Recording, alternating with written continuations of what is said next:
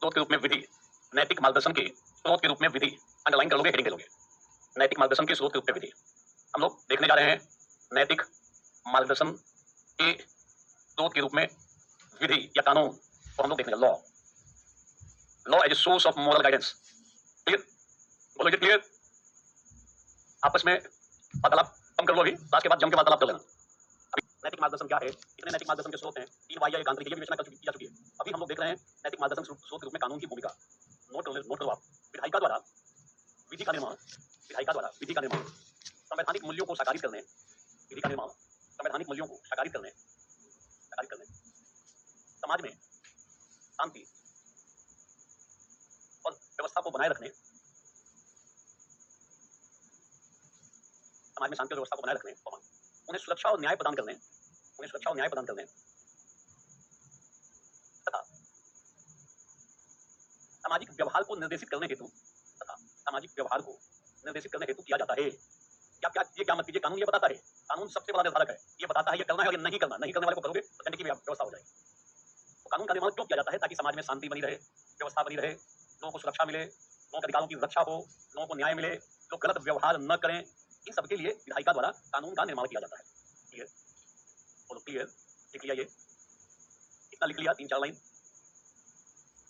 सामाजिक व्यवहार, जो समाज में हम लोग व्यवहार करते हैं, हमें कैसा करना चाहिए? लाल चल रहा है व्यक्ति, उसके ऊपर कुआं थोड़ी फेंक दोगे, आपको कुएं दान में जाकर कुआं डालना चाहिए, सड़क पे थोड़ी फेंक दोगे, इच्छाओं के पेड़ को कटाई कहीं पे थोड़ी कर दोगे। हमारे व्यवहार को निर्देशित करता है, नहीं तो फिर दंड की बात आ जाती है। ये पहला चेंज कर दो। विधि का निर्माण, विधि का निर्माण देश की विधायिका द्वारा, विधि का निर्माण देश की विधायिका द्वारा किया जाता है।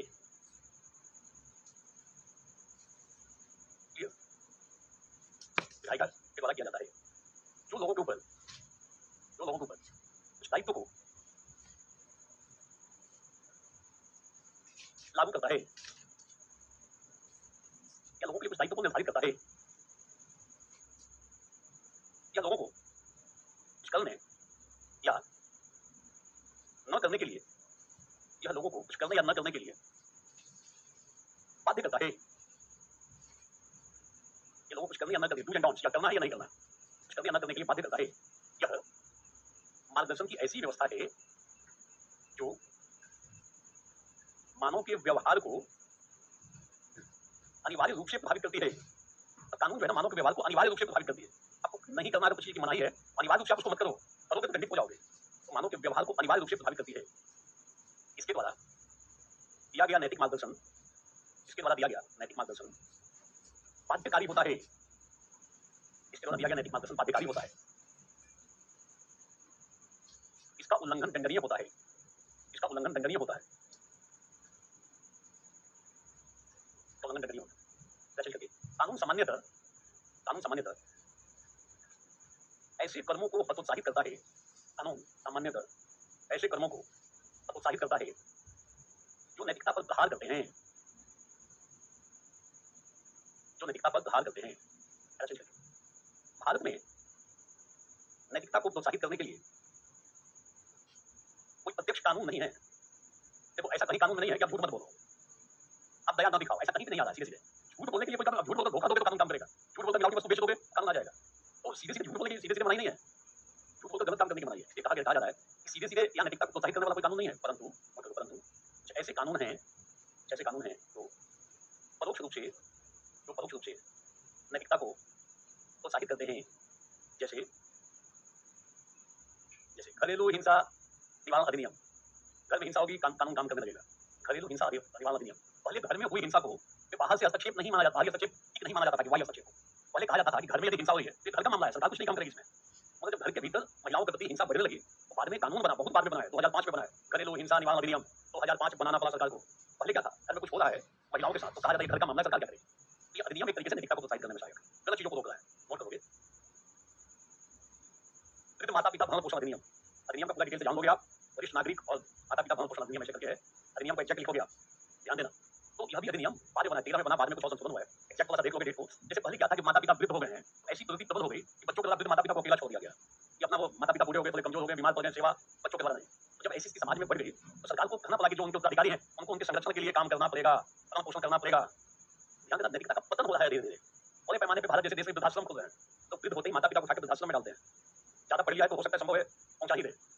गाँव में अभी भी कम ऐसी स्थिति है, इमोशनल अटैचमेंट है। ये पढ़ाई का नहीं है कि ज़्यादा पढ़ लिया तो पक्का करेगा। कई सारे पढ़े लिखे लोग पूरी ताकत के साथ अपने करते हैं। मगर पढ़े लिखे लोगों में भी ऐसी टेंडेंसी दिख रही है। पता चलता है कि बेटा-बेटी सब जॉब में है, माता-पिता को कोई देखने वाला नहीं है। वो अपनी दुनिया में परेशान हैं, झेल रहे हैं, समस्याओं को महसूस कर रहे हैं। एक मूवी भी बन गई थी इसी पे, पीछे बागबान मूवी बन गई, जिसमें माता-पिता के साथ क्या हो रहा है। सब समृद्ध है बच्चे, और कोई इज़्ज़त, प्रतिष्ठा, सम्मान के साथ उनके साथ व्यवहार नहीं कर रहा है।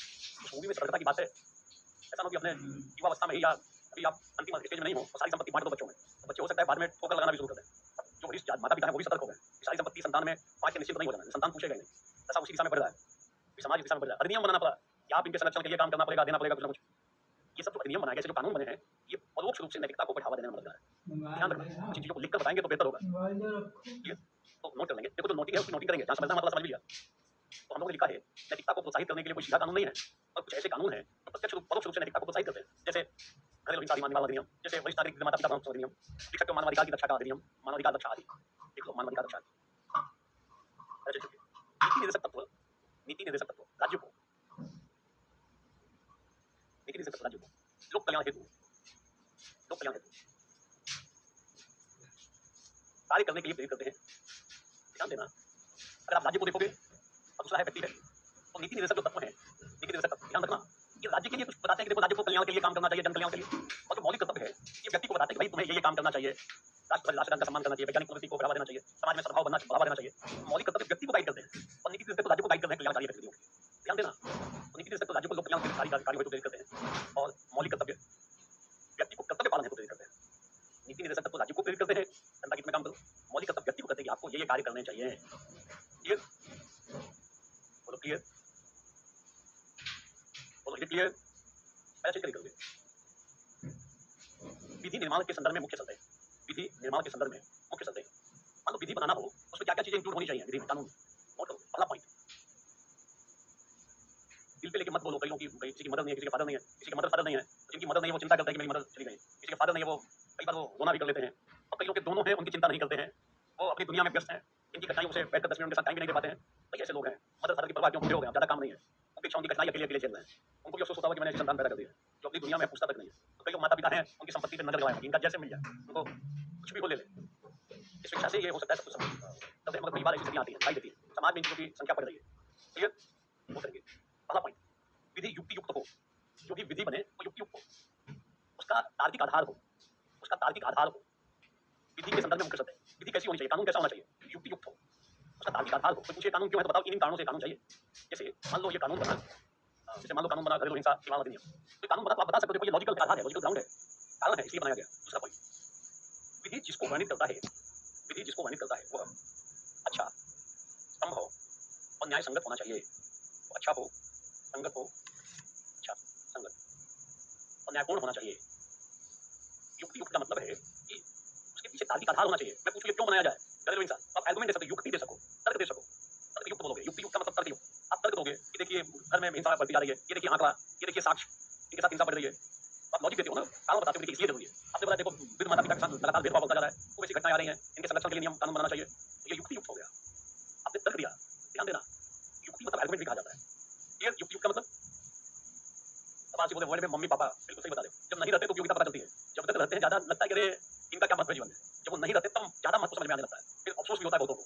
ये नेक्स्ट नोट करेंगे। तीसरा पॉइंट, विधि को व्यक्तिगत हित के स्थान पर, विधि को व्यक्तिगत हित के स्थान पर सामाजिक हित में होना चाहिए, व्यक्तिगत हित के स्थान पर सामाजिक हित में होना चाहिए। नेक्स्ट, विधि को लोगों की अपेक्षाओं तथा सामाजिक एवं सांस्कृतिक मूल्यों, सामाजिक एवं सांस्कृतिक मूल्यों के अनुरूप होना चाहिए।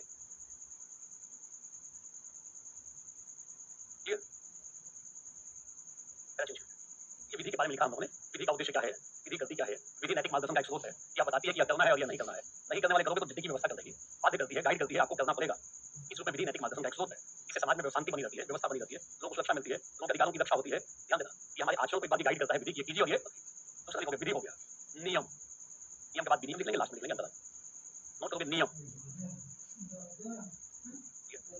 विधि को लोगों की अपेक्षाओं तथा सामाजिक एवं सांस्कृतिक मूल्यों के अनुरूप होना चाहिए। लास्ट पॉइंट था। ये लोग लिख रहे हैं नियम, रूल, पॉइंट नोट करेंगे, नोट करोगे। नियम, कानूनों को क्रियान्वित करने के लिए नियम बनाए जाते हैं। ये प्रशासनिक संदर्भ में देखोगे तो कानूनों को क्रियान्वित करने के लिए नियम बनाए जाते हैं। कानूनों में प्रायः यह लिखा जाता है कि इस कानून से संबंधित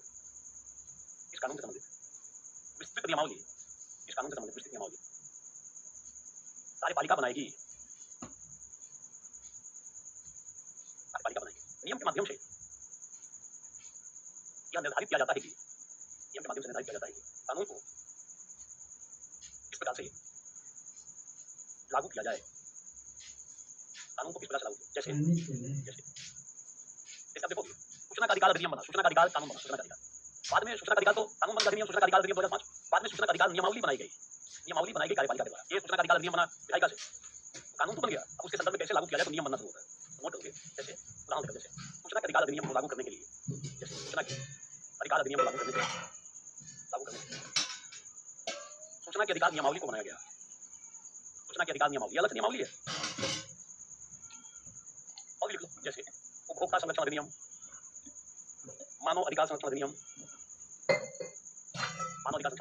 motor vehicle act, motor vehicle अधिनियम मतलब मोटर व्हीकल अधिनियम आदि से संबंधित नियमावली बाद में बनाई गई।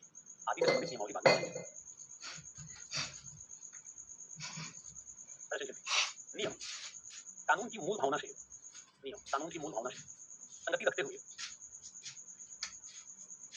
उसकी व्याख्या करते हैं, उसे विस्तारित करते हैं, ताकि उस कानून को प्रभावी रूप से लागू किया जा सके।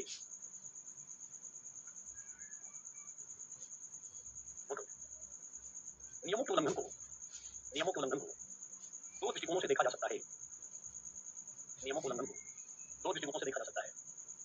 पहला, नियम का उल्लंघन, पहला पॉइंट, नियम का उल्लंघन कानून का उल्लंघन माना जाता है। ऐसी स्थिति में यह दंडनीय हो जाता है। दूसरा पॉइंट, नियम का उल्लंघन अनुशासन का उल्लंघन माना जाता है। ऐसी स्थिति में अनुशासनात्मक कार्रवाई संभव है।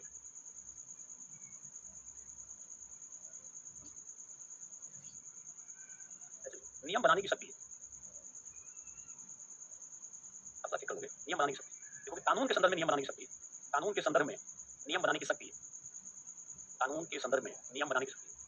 देश की कार्यपालिका को होता है। नियम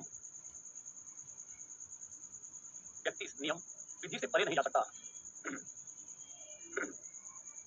नियम विधि से परे, ऐसा नहीं कि कानून ये कह रहा और नियम से ज्यादा बातें बोलने लगे। विधि को उसी दायरे में नियम रहेगा, कानून के दायरे में ही विधि भी रहेगी।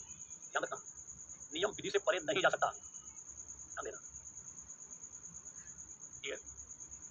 क्लियर, एक बार बोल लो, ये था नियम। एक बार, दो बार सवाल आ चुका है, नियम सीधा नहीं पूछा है, कानून और नियम। जब कानून और नियम दोनों मिलकर पूछे, बता दें, सूचना का अधिकार अधिनियम ये कानून हो गया, नियमावली बनाया विधायिका ने, उससे संबंधित नियमावली बनाई कार्यपालिका। इसे एग्जाम्पल देकर लिखोगे, स्पष्टता आ जाएगी, क्लैरिटी आ जाएगी, जरा क्लियर हो जाएगा। ध्यान रखना, एग्जाम्पल देकर लिखने का प्रयास करना है। पहला हम लोगों ने देखा था विधि, दूसरा देखा नियम, तीसरा देख रहे हैं विनियम। क्या सवाल नहीं बना है, उसके बाद चौथे नंबर पे देखेंगे अंतरात्मा। इस पे सवाल आ चुका है, विनियम। ये विनियम क्या है, मतलब सीधा नहीं, चौथा पूछा गया, नोट करोगे विनियम। ध्यान देना, पहले सबसे पहले हमने विधि देखा था, नैतिक मार्गदर्शन के स्रोत के रूप में विधि, बाद में हम लोगों ने देखा नैतिक मार्गदर्शन के रूप में नियम। अभी तीसरा वाला पार्ट देखने जा रहे हैं, नैतिक मार्गदर्शन के रूप में विनियम। अंग्रेजी में लिखना है रेगुलेशन, वो रूल्स का ही रेगुलेशन है, विनियम। नोट करेंगे, विनियम एक विशेष प्रकार का निर्देश होता है। विनियम एक विशेष प्रकार का निर्देश होता है जो किसी विशिष्ट क्षेत्र की गतिविधियों को नियंत्रित करने, निगरानी करने,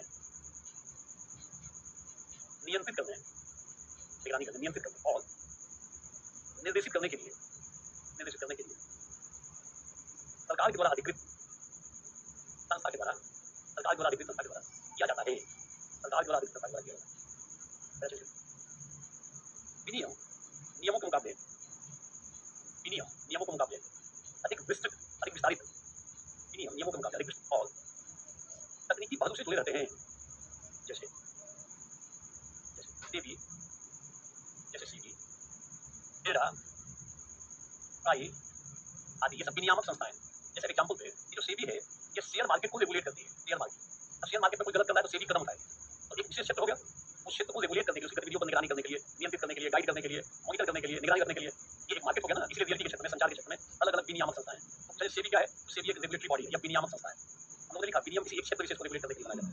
जैसे सेबी बना, तो सेबी शेयर मार्केट क्षेत्र हो गया, उसको रेगुलेट करती है, उसको मॉनिटर करती है, कोई इनसाइडर ट्रेडिंग तो नहीं कर रहा है, कोई गलत तरीका अपना कर अपने शेयर का भाव तो नहीं बढ़ा रहा है, ये सब देखती है। तो आप इसको एग्जाम्पल देकर लिखोगे, जैसे सेबी, ट्राई आदि। ये था विनियम।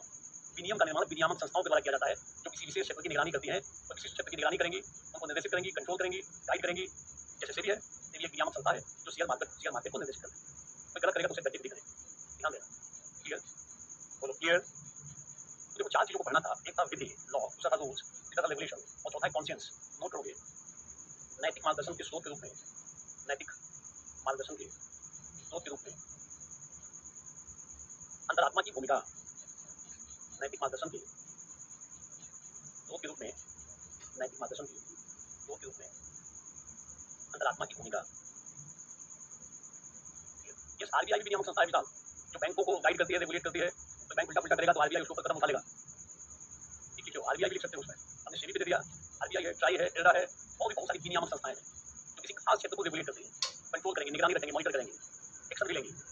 क्लियर? अंतरात्मा, अल्लाह का अंतरात्मा नैतिक मार्गदर्शन का, अंतरात्मा नैतिक मार्गदर्शन का आंतरिक स्रोत है। अंतरात्मा नैतिक मार्गदर्शन का आंतरिक स्रोत। अधिकांश नैतिक विचारक क्या मानते हैं कि, अधिकांश नैतिक विचारक क्या मानते हैं कि मनुष्य के भीतर अंतरात्मा के रूप में एक नैतिक शक्ति होती है। एक अंतरात्मा के रूप में एक नैतिक शक्ति होती है जो सही और गलत का साक्षात ज्ञान प्रदान करती है, जो सही और गलत का साक्षात ज्ञान प्रदान करती है, इमीडिएट नॉलेज देती है। कुछ चीज हो रहा है हमारी अंतरात्मा, तुम कह रही है ठीक नहीं है, बिना परिणाम को देख के हम बोलने लगते हैं ठीक नहीं है, या ये उचित है, ये काम करना चाहिए, चेंज करके। दो लोग स्पेशली लिख रहे हैं, गांधी और कांट को, उन लोगों ने काम कर रखा है अंतरात्मा पे। गांधी मतानुसार अंतरात्मा ईश्वरीय अंश है। कितनी बड़ी बात बोलते हैं, हम सबके भीतर अंतरात्मा है, और अंतरात्मा ईश्वरीय अंश है। अंतरात्मा के अनुसार किया गया कर्म उचित है, अंतरात्मा के अनुसार किया गया कर्म उचित है, और इसके विपरीत कर्म अनुचित है।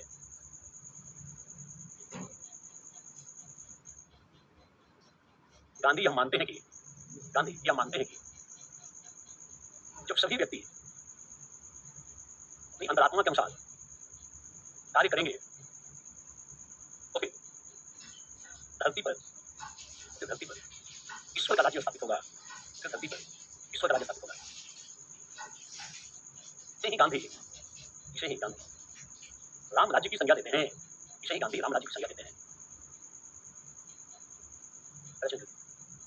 जर्मन दार्शनिक कांट मतानुसार अंतरात्मा व्यवहारिक बुद्धि के रूप में है। व्यवहारिक बुद्धि को अंतरात्मा से एसोसिएट करते हैं। वे इसे मतलब कहां किसे आंतरिक न्यायाधीश मानते हैं। आत्मा हमारे भीतर न्यायाधीश है, जज है हमारी, वो बताती है भीतर से कि देखो ये सही है और ये गलत है। वो एक जज की भूमिका में अंदर में ये जज हमारे बताती है कि देखो ये काम मत करो, ये सही है गलत है। ठीक है, नैतिक नियम इसी अंतरात्मा के आदेश है। नैतिक नियम इसी अंतरात्मा के आदेश है। तो बहुत जागृत अवस्था में, तो एवं जागृत कईयों के अंतरात्मा पे बहुत सारा मैल जमा हो गया है, अशुद्ध हो गई, मतलब मैल को हटाना पड़ेगा। अंतरात्मा तो अशुद्ध नहीं होगी, मतलब मैल हम कैसे शुद्ध हम जागृत अवस्था में अंतरात्मा हमें सदैव नैतिक पथ पर चलने की प्रेरणा देती है। और देखिए, व्यक्ति को संवेदनशील बनाती है, कर्तव्य बोध कराती है, साथ ही समाज के कमजोर वर्गों के प्रति समानुभूति, सहिष्णुता एवं करुणा के भाव को प्रोत्साहित करती है। अंतरात्मा हमें लोक सेवा के प्रति समर्पित होकर कार्य करने की प्रेरणा देती है।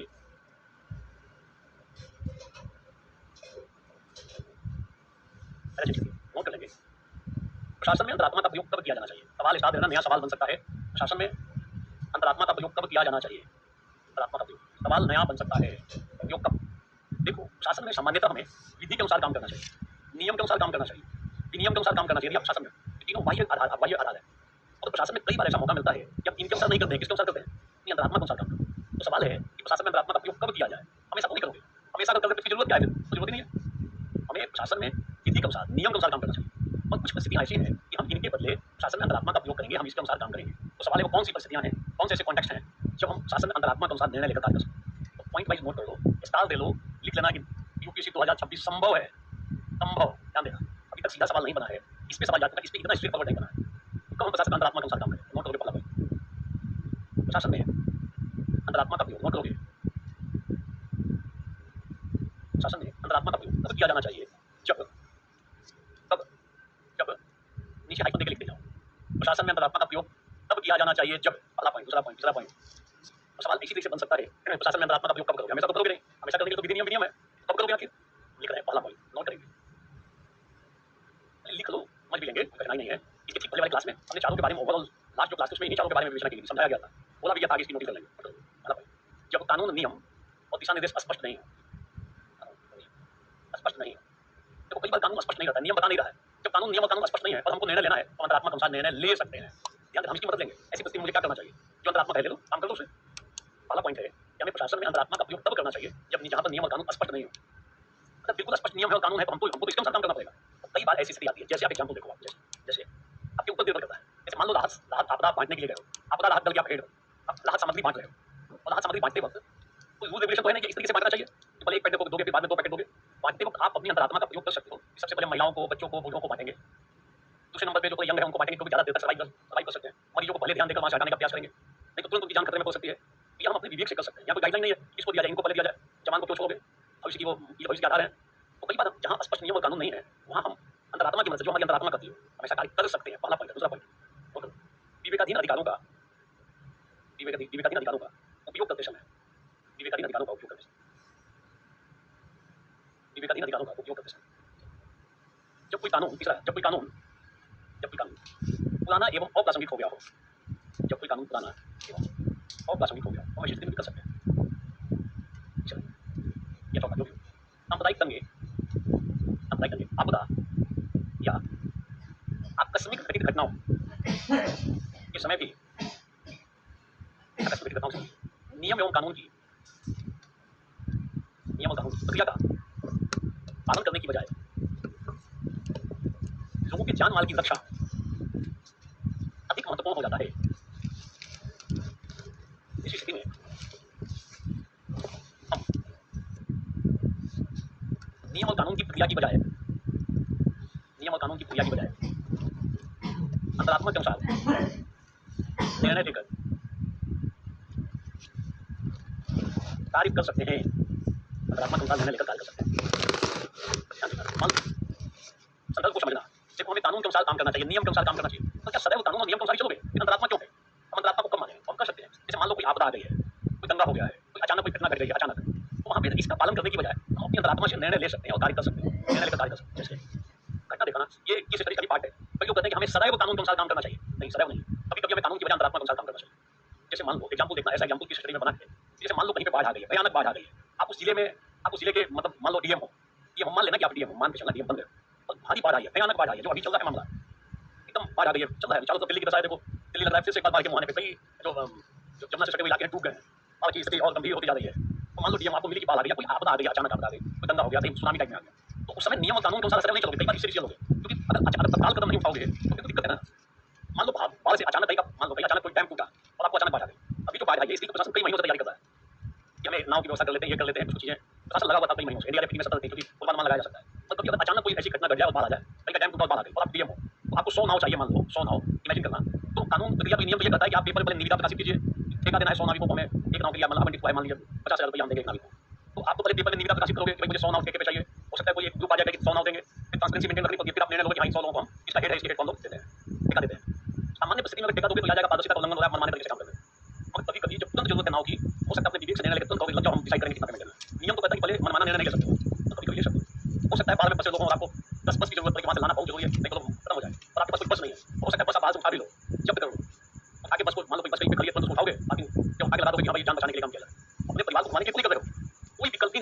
बस से ही जान बच सकती है, उठा के ले जाएंगे। उस समय नियम और कानून को नहीं देखेंगे, सामान्य परिस्थिति में नियम और कानून काम करेगा। कुछ विशिष्ट परिस्थिति हो गई तो उस समय हम अपनी अंतरात्मा के अनुसार निर्णय लेकर काम करेंगे, क्योंकि उस समय कानून और नियम से ज्यादा परिणाम महत्वपूर्ण हो जाता है। आपको परिणाम दिखाना है, आपको लोगों के जान माल की रक्षा करनी है। ये रक्षा आप नियम का पालन करके करोगे, नियम का उल्लंघन करके करोगे। अगर आपने लोगों के जान माल की रक्षा कर ली, इसका मतलब आपने बहुत अच्छा काम किया और लकीर के फकीर हो जाओ, मैं तो नियम के अनुसार ही चलूंगा, कानून के अनुसार ही चलूंगा, तो फिर आप उतना बढ़िया फॉलो नहीं कर पाओगे। पिछले कुछ सालों में नियम और कानून को लेकर कई सवाल पूछे जा चुके हैं, 4 से 5 सवाल पूछे जा चुके हैं, 2021 साल भी है नियम और विनियम पे।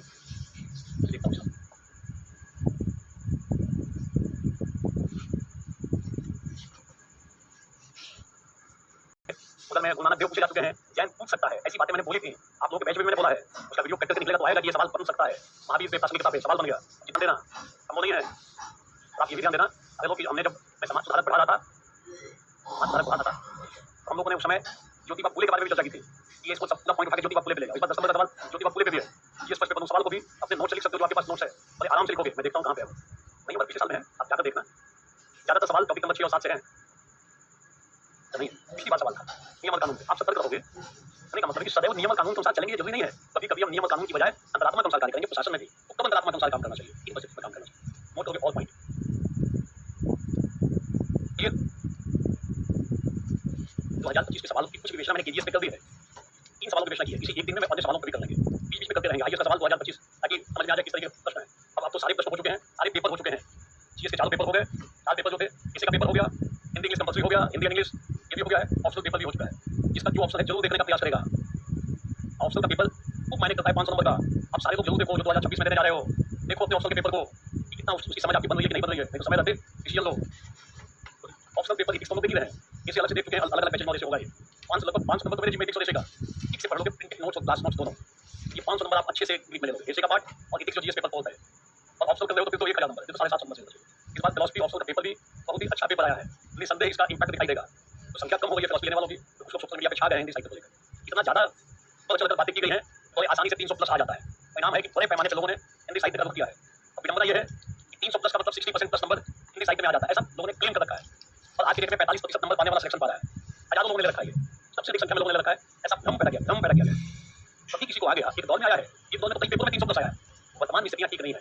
इस बार हिंदी मीडियम का टॉपर, देखो टॉपर में टॉप 100 में एक भी आदमी नहीं है। टॉप 100 साफ है, रैंक 1 2 3 4 5 6 टॉप 100 साफ। टॉप 100 में एक या 2 लोग हैं, और हिंदी मीडियम का जो टॉपर है उसको भी आईआरएस मिला हुआ है। तो फिर भी लोग लिखते हैं थिंक आईएएस, थिंक फलाना कोचिंग, थिंक आईएएस, आईएएस ही मत करो ना। आईएएस को कौन रहा है हिंदी मीडियम में? हिंदी मीडियम का टॉपर जाके आईआरएस में आईआरएस को मिल रहा है। एक सिंगल वो कोटे से कोई होगा, एससी एसटी कैटेगरी का ऊपर होगा, उसको मिल पाएगा। देखो हिंदी मीडियम का टॉपर आईआरएस, लोगों ने दावा कर रखा है, बात सोशल मीडिया पे हंगामा कर रखा है, थिंक आईएएस, थिंक फलाना कोचिंग। दशा क्या है, कोचिंग तो बाद में सोचोगे ना, पहले आईएएस सोचो, ये भी नहीं है। इतना अलग विश्व पैदा किया हुआ है सोशल मीडिया ने ना, सारी चीजों को अलग तरीके से पता है। वास्तविकता कुछ और है, वहाँ कुछ और देख रहे हैं। जो 12वीं पास हो गया वो सब सोचता है आईएएस बन जाए, और बस आई टॉप 100 में एक भी नहीं है। लोगों को लगता है 12वीं पास फिर आईएएस बनना है। ये जो आईएएस फेल बन सकता है, 12वीं फेल आईएएस बन सकते हैं, तो मैं भी बन सकता हूँ, क्योंकि मैंने तो पास कर लिया। ऐसी मन स्थिति पैदा हो गई है। नतीजा क्या है, 4% होगा हिंदी मीडियम का, 96% रिजल्ट इंग्लिश मीडियम का है। ये दशा हो गई है। कठिनाई तो है, किसी को बताया या तो मानने के लिए नहीं करता कि आप गलत बता रहे हैं। ताकि सच्चाई को जानो, चीजों को समझो, तो भ्रम टूटेगा, फिर आप अन्य विकल्पों की तरफ भी जाओगे। 2.5 लाख को छोड़ के भी जा सकते हैं। ऐसी स्थिति है, हम लोग की आंखें खुल रही है। नहीं फिलॉसफी ऑप्शनल, आप फिलॉसफी ऑप्शनल का भी पेपर देखो, इतिहास का देखो, ज्योग्राफी देखो, जीएसआईआर देखो, हिंदी साहित्य देखो, यही तो 4-5 फिलॉसफी ऑप्शनल जो है उसको भी देखो। आप 4-5 ऑप्शनल देखो, अपने विवेक से निर्णय लेने लो, आपको समझ में आएगा। हिंदी मीडियम वाले तो इसी में सिमटे हुए हैं, बहुत सारे सब्जेक्ट हैं, 40 से ऊपर सब्जेक्ट है, और हिंदी मीडियम सिमटा इसी में है। ये 4-5 सब्जेक्ट में 90% लोग इसी में, इसी 4-5 सब्जेक्ट में हिस्ट्री है, ज्योग्राफी है, फिलॉसफी है, जीएसआईआर है, और फिर हिंदी साहित्य है। बहुत सारे सब्जेक्ट बिल्कुल एक कम लोग हैं, तो प्रशासन में कुछ दिख जाते हैं, और भी पेपर में संख्या बढ़ी है। तो हिंदी मीडियम में रिजल्ट को देखोगे, यही 4-5 सब्जेक्ट में रिजल्ट है, प्रधान रिजल्ट यही से, एक्सेप्शनल केसेस कहीं से भी देख सकते हैं, ध्यान देना। ये है सतर्कता बरतोगे। जो मैं अभी सवाल डिस्कस कर रहा हूँ, ये सवाल बन सकता है, सवाल बन सकता है कि नैतिक मार्गदर्शन के स्रोत के अंतरात्मा को कब स्वीकार किया जाना चाहिए, या प्रशासन में कब स्वीकार करें। तो कई पॉइंट लिखे, और पॉइंट जब पर्याप्त आंकड़े और साक्ष्य नहीं हो, जब पर्याप्त आंकड़े और साक्ष्य नहीं हो और निर्णय लेना आवश्यक हो, जब पर्याप्त आंकड़े और साक्ष्य नहीं हो और निर्णय लेना आवश्यक हो, उस समय भी हम अंतरात्मा की मदद ले सकते हैं। और लास्ट में लिख लोगे, प्रगतिशील मानवीय मूल्यों की रक्षा के क्रम में, प्रगतिशील मानवीय मूल्यों की रक्षा के क्रम में जब कोई नैतिक विकल्प उपस्थित नहीं हो, जब कोई नैतिक विकल्प उपस्थित नहीं हो, तो फिर वैसी स्थिति में अंतरात्मा के अनुसार निर्णय लेकर कार्य किया जा सकता है। अंतरात्मा के अनुसार निर्णय लेकर कार्य किया जा सकता है।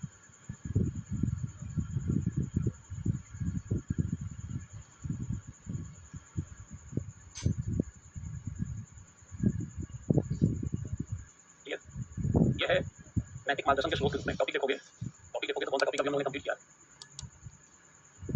ध्यान देना, ये टॉपिक अभी हम लोगों ने कंप्लीट कर लिया। नैतिक मार्गदर्शन के स्रोत के रूप में विधि, नियम, विनियम और अंतरात्मा, ये टॉपिक किया कंप्लीट। अभी हम लोग देखने जा रहे हैं चिंताएं और दुविधाएं। कहाँ पे चिंताएं और दुविधाएं? सरकारी और निजी संस्थानों में नैतिक चिंताएं और नैतिक दुविधाएं। ध्यान देना, नैतिक दुविधाएं। तब तो एक बार पीछे हम लोग लिखा हुआ है दुविधाएं, और इस बार कोई शब्द सबसे अधिक बार छपा है तो ये दुविधा शब्द छपा है। नैतिक दुविधा अंग्रेजी में है मोरल डायलेमा। इधर देख लो आप, ये देखो आप, डायलेमा लिखा हुआ है, डायलेमाज, इथिकल डायलेमाज और मोरल डायलेमाज। ध्यान देना, डायलेमा पे सवाल पूछा गया है और एक बार मैं सवाल किसी दर्शा देता हूँ। नैतिक दुविधा हम लोग देखने जा रहे हैं। क्लियर? नैतिक दुविधा, चुनौती और ध्यान देना। अब देख लो, एक सवाल को देख लेते हैं पहले। यहाँ ये सवाल 2025 में दिखा रहा हूँ। देखो पहला सवाल नैतिक दुविधा आ गया। ये देखो नैतिक दुविधा, पहली बार मिला नैतिक दुविधा पहले सवाल में। ये सब टॉपिक नंबर 6 से बन रहा है, ध्यान देना। नैतिक दुविधा पहली बार मिल गया। आगे देखो, मैं दिखा रहा हूँ, एक बार ध्यान से देखना। देखो ये नैतिक दुविधा, ये पहली बार मिल चुका है नैतिक दुविधा, आगे भी दिखाई देगा नैतिक दुविधा। बस सवाल को देख लेते हैं। ये देखो दूसरा सवाल, तुम कभी नैतिक दुविधा, फिर से नैतिक दुविधा आ रहा है, कितना इंपॉर्टेंट है। तो पहले का ये था, ये तुम कभी है, इसके बाद लास्ट में देखो फिर से 4 बार नैतिक दुविधा शब्द आया है। फिर से देखो नैतिक दुविधा तीसरी बार मिल गया। इतना जरूरी, एक शब्द अच्छे से क्लियर करके बैठे हो, 1 बार 2 बार 3 बार 4 बार। कई लोगों से पूछो नैतिक दुविधा क्या है, इसी में मामला उनका बिगड़ने लगता है। क्रिस्टल क्लियर थॉट होना चाहिए, पूछा जाए तो एकदम स्पष्ट कर दो, एग्जाम्पल देकर स्पष्टीकरण होना चाहिए। नैतिक दुविधा, डायलेमा, मोरल डायलेमा, केवल डायलेमा नहीं है। तो हम लोग लिखने जा रहे हैं नैतिक दुविधा, हेडिंग दे दोगे और फिर इसको विस्तारित कर लेंगे। नैतिक दुविधा, मोरल डायलेमा लिख लो, आपस में वार्तालाप कम करो, कोई ब्रेक नहीं। अंशु वर्मा, 15 मिनट का ब्रेक दे दीजिए। आइए 3 घंटे का पेपर होता है, 180 minute, no break, no break. ध्यान देना, 3 घंटे लगातार ब्रेक करोगे तो लिख नहीं पाओगे। जीएस के फर्स्ट पेपर में 4000 शब्द लिखना है। अगर आपने 10 मिनट का ब्रेक दे दिया तो 4 रट के रहे हो ना, तब तक नहीं लिख पाओगे 4000 शब्द। यदि यादव पढ़ना पड़ेगा तो देखो हर एक पाँच में तमाम लोगों का अनुसरण करो। पढ़ने के बाद सवाल बनना चाहिए। बस मान लो अगर आप 27 मिनट दे रहे हो, 27 का मीटर जरूर रखना। जैसे अब इथिक्स में बहुत सारे करंट इवेंट के सवाल हैं, आपको अपडेट करते रहना है। मान लो आप अपने से अपडेट नहीं करो तो नोट जरूर रखो। 27 मिनट दे रहे हो तो 27 के पहले जो नोट्स आ रहा है उसको देख लो, उसमें अपडेशन के साथ रहेगा। डिक्शनरी भी अभी आप पढ़ो उसको, जो आपको मिला हुआ है, और जब उस समय दोगे तो अपडेशन के साथ कर लेना। उनको लेके चलते रहना है। कुछ स्पेशल क्लासेस कीजिए कहूँगी, उन क्लासेस को आपको कर लेना है ताकि करंट टच मिल जाए। अब इथिक्स का सवाल देखोगे तो लगेगा कि हम करंट इवेंट पढ़ रहे हैं, पर्यावरण पे सवाल है, रूस यूक्रेन युद्ध पे सवाल है, सोशल मीडिया पे सवाल है। कई बार तो लगता है कि टोटल करंट इवेंट है, कुछ लोगों को लगता है हाँ इथिक्स वाले पाँच में। नैतिक दुविधा पढ़ने जा रहे हैं, समझते हैं पहले और फिर लिखने का अभ्यास करें। टाइम इतना कम क्यों देते हैं? टाइम इतना ही मिलता है अभी के लिए है, सबको 3 घंटा मिलता है, और जो 3 घंटा ठीक से लिखता है उसी में टॉपर भी बनते हैं। कई लोग बाहर का रास्ता भी पकड़ते हैं, कई लोग 3 घंटा बैठ नहीं सकते ठीक से चेयर में। 3 घंटे में 5 बार इधर उधर भागेंगे। किसी को बहुत 3 घंटा बैठ जाओ, कुछ करना मत, बैठ जाओ चेयर पे, शरीर में अदन आने लगती है, जकड़न पैदा हो जाता है। एग्जाम में आपको 3 घंटा बैठ के निकले, अभी 3 घंटा, 2 घंटे बाद फिर 3 घंटा, दिन भर में 6 घंटा जहाँ चेयर में बैठना हो, कई लोगों का बॉडी अकड़ जाता है, जकड़ जाता है। केवल बैठना नहीं है, 3 घंटे दिमाग भी दौड़ाना है, 50% दिमाग दौड़ता है उस समय। फिर 2 घंटे के बाद फिर से 3 घंटे का। कई लोग लाइफ में पहली बार 3 घंटा शांतिपूर्वक एग्जामिनेशन हॉल में बैठते हैं। घर में प्रैक्टिस 4-4 घंटे की होनी चाहिए, एक बार कुर्सी पे बैठे 4 घंटे तक। अब वहाँ 3 घंटे ठीक से लिखोगे, सिर्फ 3 घंटे में 4 बार बाथरूम जाओगे, एक बार उधर निकलोगे, शांति रखोगे, इंग्लिश लिखोगे, फिर तो बाहर जाना तय है। 5 बार जा रहे हो बाथरूम तो फिर तो गया मामला बाहर। थोड़ा सा ध्यान दोगे तो अपने को ढालो उसी प्रक्रिया में। एक बार में संभव है, बहुत सारे लोग एक बार पढ़ के होते हैं, ठीक से पढ़ते हैं। और ये क्लियर, फालतू का मत करो। इसमें कई सारे इसमें आने वाले अपने आते ही पहले अपनी दुनिया में बन जाता है, तो समझ नहीं आता आगे की तैयारी क्या होती है। ठीक है, आगे बढ़ते हैं। अच्छी बात है, 9 बजे क्लास कर रही है, 9 बजे क्लास करो। और ऑनलाइन मान लो अकाउंट हो गया, मौका मिले, संदर्भ मिले तो ऑफलाइन अपने अकॉर्डिंगली मेंटेन कर सकते हो, आपके ऊपर निर्भर करता है। ऑनलाइन तो चल रहा है, क्लियर। नोट करें नैतिक दुविधा। देखो नैतिक दुविधा का संदर्भ क्या है? नैतिक दुविधा जब आपके पास 2 या 2 से अधिक विकल्प, मान लो एक विकल्प 2 या 2 से अधिक, 2 या 2 से अधिक विकल्प हो, आपके पास चॉइस हो, और उन दोनों में से किसी एक को चुनना है, एक को चुनना है, या तो इसको चुनोगे या इसको चुनोगे या इसको चुनोगे। मान लो 2 या 2 से अधिक विकल्प, चुनना केवल एक को है। और मान लो इसको चुनते हो तो कुछ ना कुछ कठिनाई भी होगी, तो कुछ ना कुछ नकारात्मक भी जरूर होगा। ध्यान देना, तो जब 2 या 2 से अधिक विकल्पों में से किसी एक को चुनने में कठिनाई होती है, तो हम इसको कहते हैं डायलेमा उत्पन्न होगा, द्वंद्व उत्पन्न होगा, द्वंद्व। और उसमें कोई नैतिक मुद्दा हो तो हम कहेंगे मोरल डायलेमा उत्पन्न होगा। जब 2 या 2 से अधिक विकल्पों में से किसी एक विकल्प को चुनने में कठिनाई हो और उसमें कोई मोरल इशू राइज होगा, तो हम कहेंगे हम नैतिक बन रहे हैं। और ध्यान देना, जो 2 विकल्प होंगे, 2 चॉइस होंगे, दोनों में कुछ अच्छाइयाँ होंगी, दोनों में कुछ कमियाँ होंगी। ध्यान देना, तो मान लो ये अगर चयन किया आपने, यह विकल्प कुछ अच्छाई होगी, कुछ कमी भी होगी। जैसे मान लो, जैसे एग्जाम्पल से देखना, अभी सुप्रीम कोर्ट ने अभी कुछ दिन पहले एक सोशल मीडिया इन्फ्लुएंसर को, जिसने दिव्यांगों पे कुछ कमेंट किया था, व्यंग किया था, उसके ऊपर कहा कि पब्लिकली माफी मांगो। तो ध्यान देना, हमें किसको सपोर्ट करना चाहिए? अभिव्यक्ति की स्वतंत्रता को या लोगों की निजता को भी? लोगों की निजता का सम्मान भी होना चाहिए, लोगों के गरिमापूर्ण जीवन, गरिमापूर्ण, सभी लोगों को गरिमापूर्ण जीवन जीने का अधिकार है, गरिमा के साथ जीवन जीने का। आज की डिपेंड करता है, वहाँ दैहिक स्वतंत्रता का अधिकार है, वहाँ गरिमापूर्ण जीवन की बात आ जाती है। मान लो हमने कहा किसी को आपको अभिव्यक्ति की स्वतंत्रता, ये भी अधिकार है। अब मान लो कोई स्वतंत्र है और दूसरे की गरिमा पर प्रहार कर रहा है, अनाप शनाप बोल रहा है, तो अगर ये दोगे, मान लो कहा जाए मैं तो इस विकल्प को चुनूंगा, इस पर प्रहार होना शुरू हो जाएगा। और नहीं, हम तो चाहेंगे लोगों की गरिमा, निजता, निजता का अधिकार, निजता का अधिकार, इसको सुरक्षित रखा है, इस पे लगाम लगाना पड़ेगी। अगर मैं दोनों में से कोई एक विकल्प चुनूं, निजता को सुरक्षित रखोगे या व्यक्ति की स्वतंत्रता का समर्थन करोगे, क्या करोगे बोलो सर? आपके पास दो विकल्प है, निजता का अधिकार और व्यक्ति की स्वतंत्रता, बोलो। अभी समझ को भी नोटिंग करने जा रहे हैं ऊपर, विषय में संक्षेप में चर्चा की थी, दोनों में बैलेंस होना चाहिए, किसी एक को चुनोगे दूसरे पे प्रहार होगा नहीं होगा, ध्यान देना, क्लियर? और भी बहुत सारे विकल्प हैं जो द्वंद्व पैदा होते हैं, नैतिक दुविधा पैदा होती है, तो पहले नोट करोगे, दोनों में तालमेल होना चाहिए। आप स्वतंत्रता है मगर उसको रिस्ट्रिक्ट करेंगे क्या, लोगों की निष्ठा पे प्रहार मत करो। आज कई भारी विवाद हुआ है कि इनकम टैक्स डिपार्टमेंट ने कहा कि जहां जरूरत होगी हम आपके ईमेल डेटा को भी खंगाल सकते हैं, उसमें विवाद हो रहा था, ये निजता की बात है। तो आईटी डिपार्टमेंट कह रहा है कि भाई हमको आर्थिक फ्रॉड को रोकने के लिए हम आपको इसमें भी देखेंगे, तंग करेंगे। तो ये डिलेमा रहा है कि हम आर्थिक फ्रॉड को रोकें, इकोनॉमिक फ्रॉड को रोकें, तो फ्रॉड रोकने के लिए पर्सनल डाटा बहुत जरूरी है, और पर्सनल डाटा को सुरक्षित रखें तो फ्रॉड रोकने में दिक्कत होगी। कई जगहों पे आतंकवादी गतिविधियां को नियंत्रित करने के लिए, आतंकी गतिविधियों को नियंत्रित करने के लिए कहा जाता है कि आप लोगों के निजी डेटा में शेयर करा सकते हैं। तो अगर लोगों के निजी डेटा को कहां-कहां बात कर रहा है हम जानने का प्रयास करेंगे तो निजता का उल्लंघन होगा, और लोग कहां-कहां बात कर नहीं जानेंगे तो आतंकवाद को रोकने में दिक्कत होगी। आतंकवाद को रोकने के उद्देश्य से अगर किसी के निजी डेटा में कोई जांच कर रहा है तो ये होगा कि नहीं होगा, डिलेमा पैदा होगा। जब निजी डेटा उसके व्यक्तिगत जानकारी तक किसी को पहुंच दे या न दे देंगे तो फिर उसकी निजता का उल्लंघन होगा, नहीं देंगे आतंकी गतिविधियों को रोकने में दिक्कत होगी, आर्थिक फ्रॉड को रोकने में दिक्कत होगी। और कई जगहों पे आर्थिक फ्रॉड और आतंकी गतिविधियों को रोकने के लिए लोगों के निजी डेटा तक उन कंपनियों को जो सुरक्षा एजेंसियां हैं उनकी पहुंच को सुनिश्चित कराने का प्रयास किया जा रहा है कि भाई ये बचे। हम अभी डिलेमा पैदा हो रहा है कि हम विकास को रफ्तार दें या पर्यावरण की रक्षा करें। अगर पर्यावरण की रक्षा को दोगे विकास पे प्रहार होगा, और विकास को दोगे तो पर्यावरण पे प्रहार होगा। क्या करें, डिलेमा पैदा हो रहा है, दुविधा पैदा हो रही है, हम विकास को गति दें या पर्यावरण की रक्षा करें। तो फिर बाद में आता है दोनों में तालमेल होना चाहिए। तो नोट करते हैं नैतिक दुविधा। जब निर्णय लेने या कार्य करते समय दो या दो से अधिक विकल्प हो,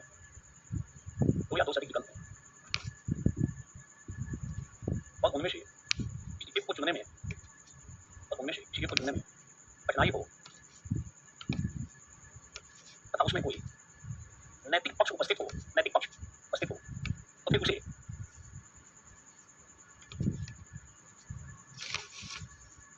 नैतिक दुविधा कहते हैं। यह स्थिति प्रायः तब पैदा होती है जब दो सही विकल्पों या दो गलत विकल्पों में से किसी एक का चयन करना हो, दो सही विकल्पों या दो गलत विकल्पों में से किसी एक का चयन करना हो,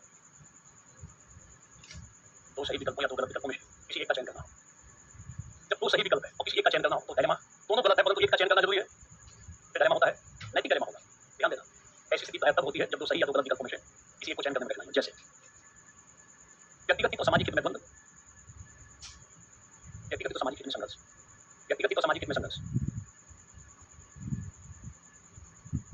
दूसरा व्यक्तिगत और सांगठनिक हित में संघर्ष, डिलेमा पैदा होगा। निजता का अधिकार बनाम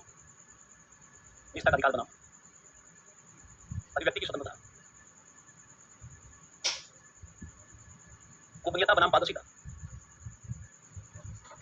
पारदर्शिता, इसको रखा जाए। आदि ऐसे जल्दी हो गई। शासन उत्पन्न नैतिक दुविधाएं या चिंताएं, शासन उत्पन्न नैतिक दुविधाएं या चिंताएं,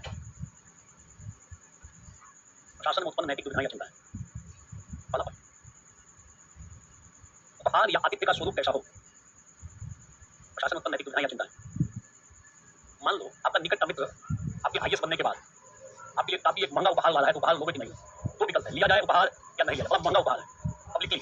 आप आईएएस अधिकारी हो, आपने बहुत अच्छा काम किया, जिस दिन आपकी विदाई हो रही है समाज ने कहा, वहाँ के लोगों ने कि हम लोग आपको सम्मानित करना चाहते हैं। जब मंच पे पहुंचते हो तो पता चलता है कि वहाँ पे लोग सोने का हार आपको बना रहा है, सोने की माला है, मतलब कीमती उपहार है, पब्लिक वहाँ आपसे बहुत खुश है कि आपने जानदार काम किया है, तो उपहार को स्वीकार करोगे या नहीं करोगे? बताओ, लिख के बताओ। कीमती उपहार है, 10 लाख का है, आपने इतना बढ़िया काम किया है, जनता आपके प्रति गदगद है, उन्होंने कहा स्वागत सम्मान विदाई समारोह होगा, जनता के संगठन पैसा याद है, सबने मिला के पैसा इकट्ठा करके आपके 10 लाख का हार खरीद रखा है, उन्होंने कहा आपको सम्मानित करने के लिए। कई बार सम्मान समारोह होता है, विदाई समारोह होता है, लोगे कि नहीं लोगे? बताओ। आदर्श बोल रहे हैं बिल्कुल ले लेंगे, उपहार लोगे कि नहीं लोगे? फिलॉसफी ऑप्शन पे आगे बताएंगे सर, सौरभ। आदर्श बोलने के ले लेंगे, नैतिक दुविधा उत्पन्न हो रही है, यहाँ मौजा बोल ले लूंगी सर, वरना उन्हें भी दिक्कत होगी। साक्षी शर्मा का फंडा बिल्कुल क्लियर है, अनुराग पांडे भी बोल रहे हैं ले लेंगे, एकता मिश्रा भी बोल रहे हैं ले लेंगे, छोड़ने का कोई मतलब नहीं है, अभिषेक यादव का भी फंडा क्लियर है। अरे हार देने के पीछे मंशा क्या है? मंशा आपको खुशी पूर्वक देना चाहते हैं 10 लाख का हार, मुझे भी बोलने के ले लेंगे, उसकी बोलने के आद पूर्वक मना करेंगे, ये राइट पॉइंट है। सर ले लूंगी और गरीबों में बांट दूंगे, ये और फंडा है कि ले लेंगे और गरीबों में तुरंत खुशी में अनाउंस कर देंगे, इनका फंडा एकदम क्लियर है। नीतू कश्यप अधिकार अगर आप अपने लिए यूज करोगे तो हो सकता है एक्शन हो जाए आपके ऊपर, नोटिस आ जाए 10 लाख का भाग ले रहे हो पब्लिक से, ऐसा उसको डिलेमा पैदा हो रहा है ना। हो सकता है आपने उसी से उसको डिस्ट्रीब्यूट कर दिया, विशाल बोलने के उपहार स्वीकार कर लेंगे, जो आ रहा है दिक्कत उसको छोड़ेंगे कैसे? ठीक है, आगे अपना दिमाग लगाना। दूसरा पॉइंट, सर कोई महंगा उपहार तो लेना चाहिए, डिलेमा पैदा होता है, नहीं तो मैं बता रहा हूँ डिलेमा पैदा हो, लेंगे कि नहीं लेंगे। नेक्स्ट, आचरण के नियम का पालन, कार्यालय तक सीमित हो या उसके बाहर भी? चिंता है। आचरण के नियम का पालन कार्यालय तक सीमित हो या उसके बाहर भी? आचरण के नियम का पालन कार्यालय तक सीमित हो या उसके बाहर भी? इसको जो नैतिक, ये जो प्रशासन में नैतिक चिंताएं हैं, कंसर्न से उसको कल और आगे बढ़ाएंगे। कल ये वाला पार्ट जो है, चिंताएं, दुविधाएं, निजी संस्थान और सार्वजनिक संस्थान, ये कल हम लोग इसको कंप्लीट कर लेंगे और कंप्लीट करने के बाद दूसरे और पार्ट में प्रवेश करेंगे। अभी टॉपिक नंबर 6 में विवेचना चल रही है, ध्यान देना। भारती कुमारी नहीं चली तो चल जाएगी, दूसरा लिख नहीं चली। अब सबको बोलते हैं जो जिनके साथ दिक्कत हो रिफ्रेश कर लेंगे, हो जाएगी। अभी हम लोग नैतिक दुविधा वाले टॉपिक में थे, कल हम लोगों ने कई पक्षों को देखा था नैतिक दुविधा से संबंधित। नैतिक दुविधा को देखा था, उस नैतिक दुविधाओं का नाम भी लिखा था, जैसे व्यक्तिगत हित और सार्वजनिक हित में बंद हो तो नैतिक दुविधा आएगी। जैसे मान लो आपको दायित्व आ गया है कि अतिक्रमण को हटाना है, और जब अतिक्रमण हटाने गए हो तो पता चला कि बहुत ही गरीब लोगों ने किसी तरीके से पैसा इकट्ठा करके किसी बिल्डर ने जमीन बेच दी और उसको लोगों ने छोटा सा घर बना लिया, और आपके ऊपर आदेश है कि भाई यहाँ से अतिक्रमण हटाया जाए, तो कई बार द्वंद्व पैदा होता है। एक साइड में आपको कानून का पालन करना है, तो ऊपर से आदेश आया है, उसका पालन करना पड़ेगा। दूसरी साइड में आपका व्यक्तिगत पक्ष, आप इनके प्रति सिंपैथी रखते हो, तो द्वंद्व पैदा होता है कि हम अपने व्यक्तिगत पसंद के अनुसार काम करें या जो निर्देश आया उसके अनुसार काम करें, द्वंद्व कई बार पैदा होता है। ध्यान रखना। तो नैतिक दुविधा को हम लोगों ने नैतिक दुविधा या द्वंद्व को देख लिया है। अब नोट करते हैं नैतिक दुविधा से निकलने के उपाय। क्या उपाय है कि हम नैतिक दुविधा से निकल जाएं? नोट उपाय देखो, नैतिक दुविधा पढ़ेंगे और नैतिक दुविधा के सवालों पे चले जाएं, अभी चले जाएं। तो कल जो मैंने क्लास की थी जिसको ठीक से पढ़ा होगा, आज जब सवाल देखेंगे आइए सबको समझ में आएगा क्या क्या करना है। इसको नैतिक दुविधा से निकलने का उपाय, मतलब नियम और कानून के अनुसार निर्णय और कार्य। जो नियम और कानून के अनुसार कार्य करते हैं तो नैतिक दुविधा से निकलने में आसानी है। तो नियम कहेगा, कानून कहेगा, वो करेंगे, उसके बल देकर चलेंगे। अभी कई सारे और पक्ष आ जाएंगे, देवांती कुमारी, देवांती। अभी क्वेश्चन देखेंगे थोड़ा स्पेस छोड़ना और पक्ष बच जाएंगे, जैसे व्यक्तिगत और सार्वजनिक में संघर्ष हो सकता है, जैसे व्यक्तिगत और संगठन में संघर्ष होगा, वो फिर नैतिक दुविधा है। दूसरा पॉइंट, अंतरात्मा की आवाज पर ध्यान। मान लो नैतिक दुविधा उत्पन्न हो गई है, वैसी स्थिति में नैतिक दुविधा से निकलने के लिए आप अंतरात्मा की आवाज पर ध्यान दे सकते हैं, और जो अंतरात्मा कहे उसके अनुसार आप उपाय कर सकते हैं। कई उपाय है नैतिक दुविधा से निकलने के लिए। जब दुविधा में पड़ गए हो तो कैसे निकलोगे, कौन सा उपाय? उसमें अंतरात्मा की मदद लेना। नेक्स्ट तीसरा पॉइंट, गांधी के जंतर को याद करेंगे, गांधी के जंतर को याद करेंगे। तीसरा पॉइंट, सवाल संभव है कि नैतिक दुविधा से निकलने के उपायों को सुनाइए। पहला उपाय, नियम और कानून का पालन कर लेंगे तो नैतिक दुविधा से निकलने में आसानी होगी। कई बार हम अंतरात्मा की आवाज पर ध्यान देंगे, नैतिक दुविधा से निकल जाएंगे। अब कभी कभी गांधी के जंतर को याद करेंगे, गांधी के जंतर को याद करेंगे और याद करके कार्य करेंगे, तो याद नहीं करेंगे, याद करेंगे और एक्शन लेंगे। गांधी ने एक जंतर दिया था, ताबीज दिया था, उस ताबीज को याद कर लो, उस ताबीज या जंतर को धारण कर लो। तलिस्मान, गांधी तलिस्मान, गांधी ने एक जंतर दिया, जंतर को धारण कर लोगे, उसके अनुसार काम करोगे तो नैतिक दुविधा से निकलने में मदद मिलेगी। ये गांधी जी का जंतर क्या था? क्या था मैं बता रहा हूँ, नहेशा, नहेशा विशिष्ट नाम है। तो गांधी जी ने जंतर दिया था कि जब भी जीवन में आपको कोई दुविधा उत्पन्न हो, ये गांधी जी ने खुद कहा है, क्या करें क्या न करें, क्या करें क्या न करें, दुविधा उत्पन्न हो, तो वैसे समय में आप उस व्यक्ति के बारे में सोचिए जो आज तक आपने सबसे कमजोर देखा है, सबसे कमजोर, सबसे असहाय, सबसे गरीब, और उस व्यक्ति को ध्यान में रखकर आप निर्णय लीजिए कि क्या आपके इस कदम से या आपके इस कार्य से उसे फायदा होगा। उस व्यक्ति को जो समाज में अंतिम पायदान पर खड़ा है, हाशिए पे खड़ा है, गरीब है, कमजोर है, अगर उसको फायदा हो रहा है तो आप निर्णय ले लें और कार्य करें। ऐसा करने से नैतिक दुविधा से निकलने में मदद मिलती है। तो गांधी के मत पर कभी सवाल मिल गया नैतिक दुविधा से निकलने के उपाय बताइए, हम कई उपाय बताएंगे, उसमें से एक उपाय है कि हम गांधी के जंतर को याद करेंगे और उसके अनुसार कार्य करेंगे। जंतर गांधी पढ़ोगे तो मिल जाएगा। अगर आपने मेरे द्वारा दी गई डिक्शनरी पढ़ी है, डिक्शनरी उसमें जंतर पे 5 लाइन 6 लाइन लिखा हुआ है। जंतर को याद कर लो और जीवन में धारण करोगे तो फायदा देगा। जंतर 5 लाइन का जंतर है। क्या है जंतर? एक बार फिर से सुन लेना, बारीक से लेना है, प्रिंटेड नोट से ले लो। जंतर यह है कि जब भी जीवन में कोई नैतिक दुविधा हो कि क्या करें क्या न करें, कौन सा निर्णय लें, कौन सा काम करें, तो वैसी स्थिति में हमें उस व्यक्ति के बारे में सोचना चाहिए जिसको आज तक आपने सबसे कमजोर देखा है, असहाय देखा है, और यह सोचो कि क्या आपके इस निर्णय से या कार्य से उस व्यक्ति को कुछ फायदा होगा। अगर उसको कुछ फायदा हो रहा है, जो पिछले मैदान पर व्यक्ति खड़ा है, उपेक्षित है, तो आप वह निर्णय लीजिए और निर्णय लेकर कार्य कीजिए। एक बढ़िया उपाय है, जंतर को याद कीजिए और कार्य कीजिए, नैतिक दुविधा से निकलिए। क्लियर? अरे बोलो क्लियर। जंतर समझ में आ गया? श्रीमंत बोल रहे हैं कि हाँ समझ में। ये जंतर है, ध्यान देना, धारण कर लोगे। अतुल कुमार दिल्ली में गया तो खट गया है, लिख रहा है हाँ नट खट पड़ी।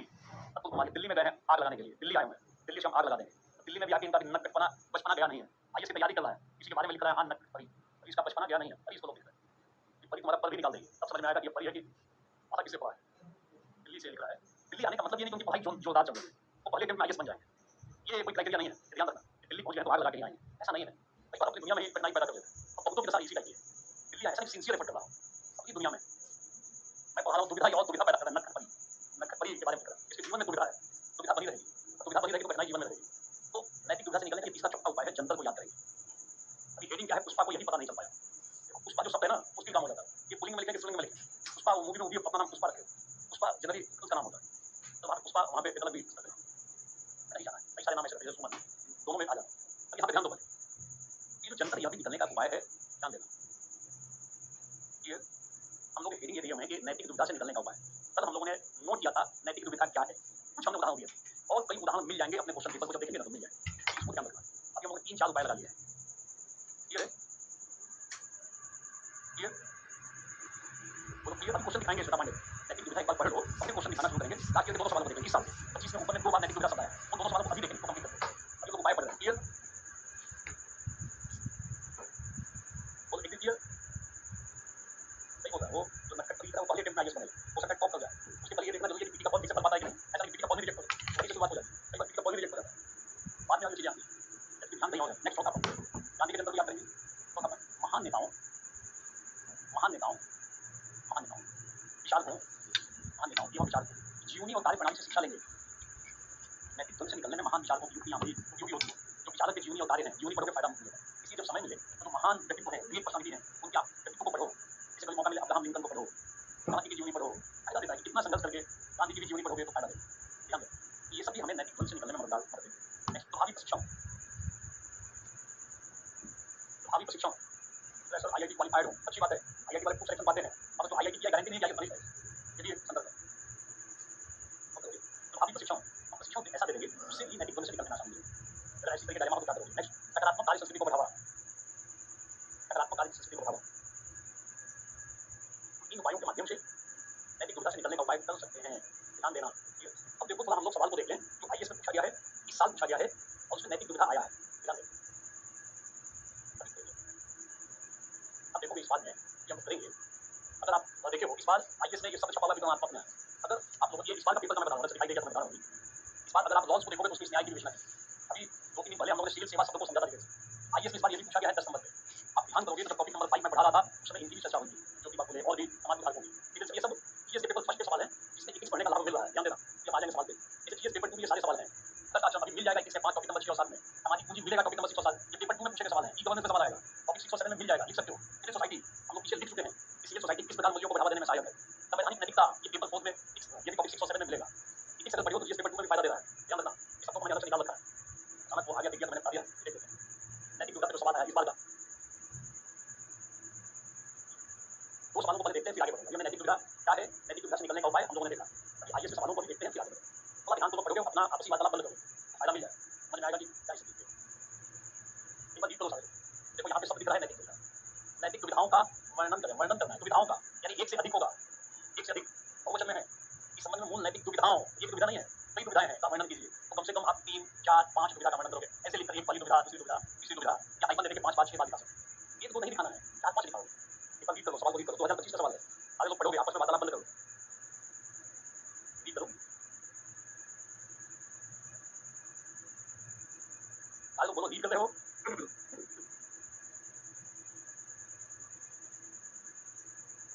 आगे लोग रीड करो एक बार ये।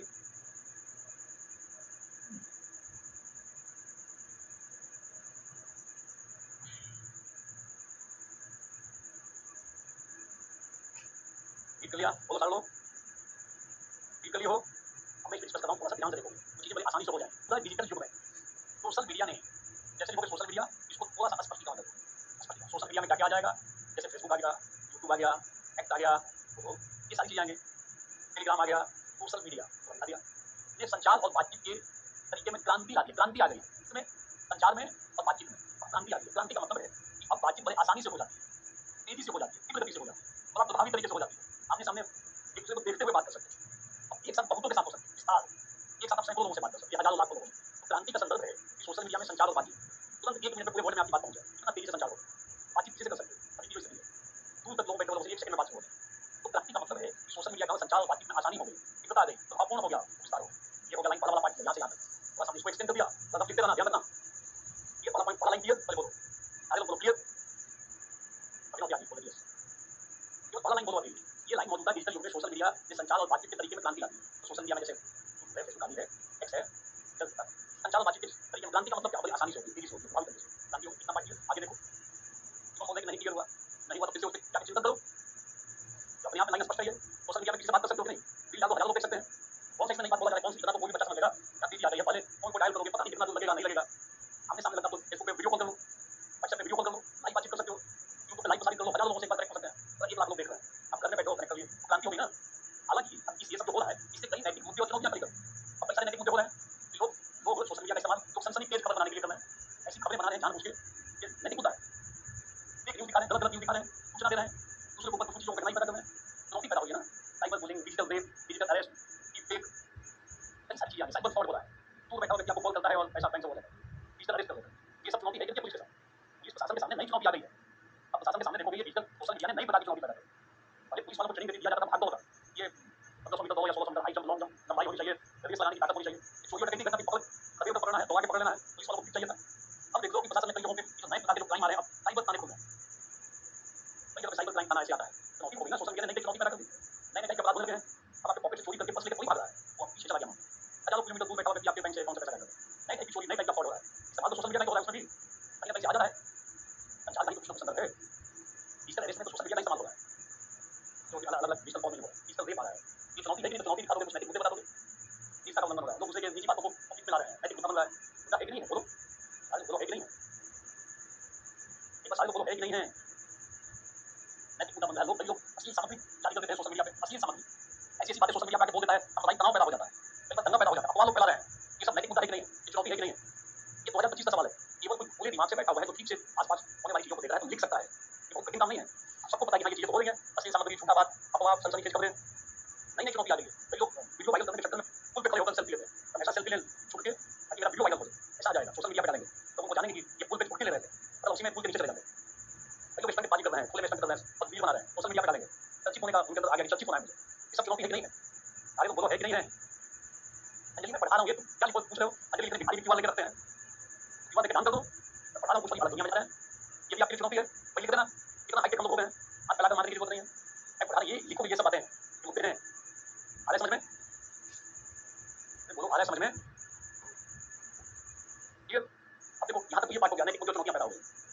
ये सब लोग, हम सारे लोग प्रभावित हैं। लोगों ने जानबूझ के अंधाधुंध टाइप से मैटर डालना शुरू किया सोशल मीडिया पे। सोशल मीडिया लोगों की नींद खराब कर रही है, मानसिक स्वास्थ्य के लिए खतरा पैदा कर रही है। सोशल मीडिया ऐसे ऐसे मीडिया पे आ रही है चीजें कि आप सो नहीं सकते। एक बार देखना शुरू करोगे 5 घंटा देखते रहोगे, इस टाइप से बनाया जा रहा है चीजों को।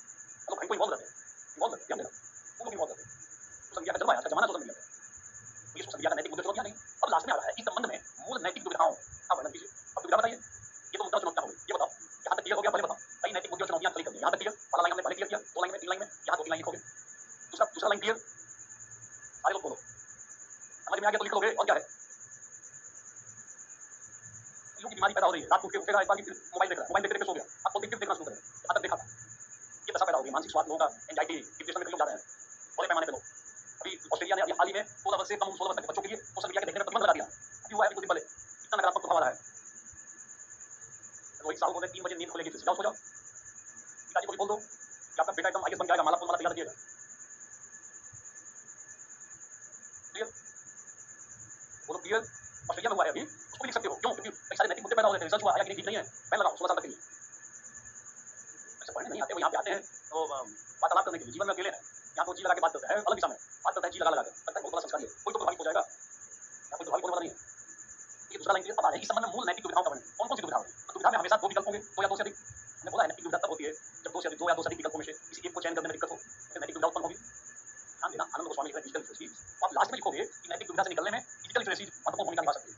डिजिटल साक्षरता लिखोगे और उपाय में लिखोगे, नैतिक दुविधा से निकलने के उपाय में कि हमें लोगों को डिजिटल रूप से साक्षर करना पड़ेगा। आज भी बहुत सारे लोग, पढ़े लिखे लोग भी डिजिटली निरक्षर हैं, पढ़े लोग को भी लोग वो इसके शिकार हो जाते हैं, डिजिटल अरेस्ट हो जाते हैं, उनको डिजिटल जागरूकता नहीं है अभी। क्लियर? और क्लियर? अब डिजिटल नैतिक दुविधा में क्या क्या लिखोगे, नोट कर लो। दूसरा कि इस संबंध में मूल नैतिक दुविधा, कौन सी दुविधा पैदा हो रही है, लिख लो। अभिव्यक्ति की स्वतंत्रता बनाम जिम्मेदारी, पहली दुविधा।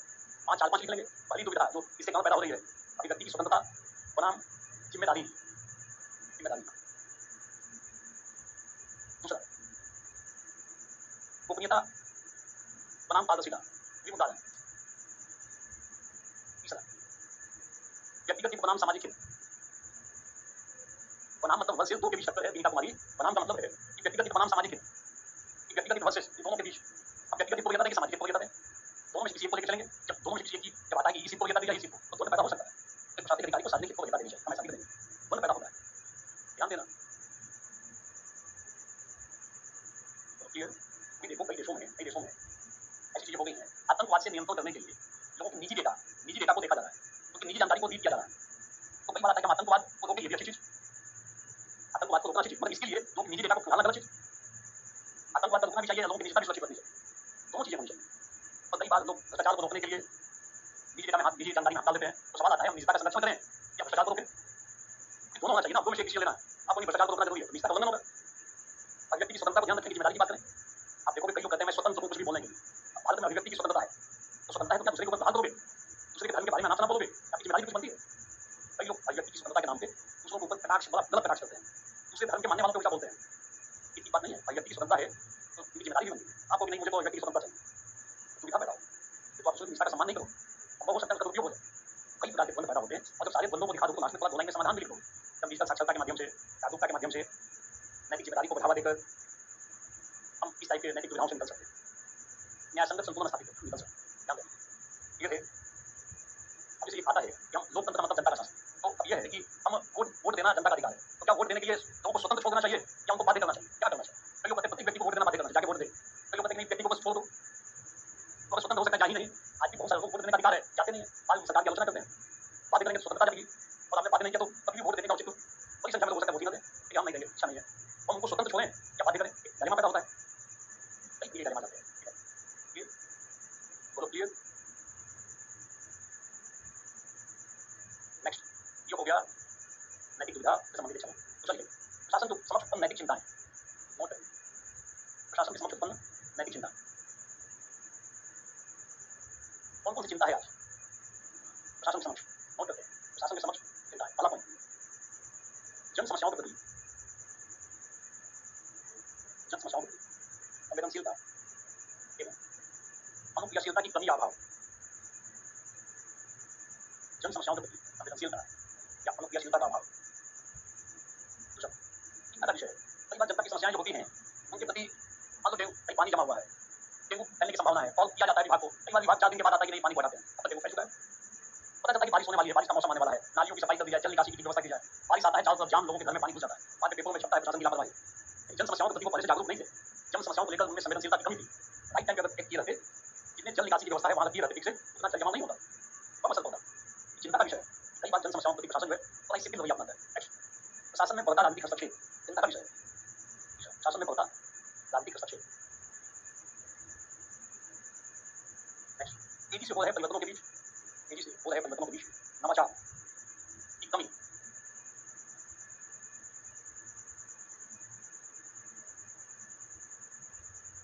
नेक्स्ट, भ्रष्टाचार निवारण तंत्र का कमजोर होना चिंता का विषय।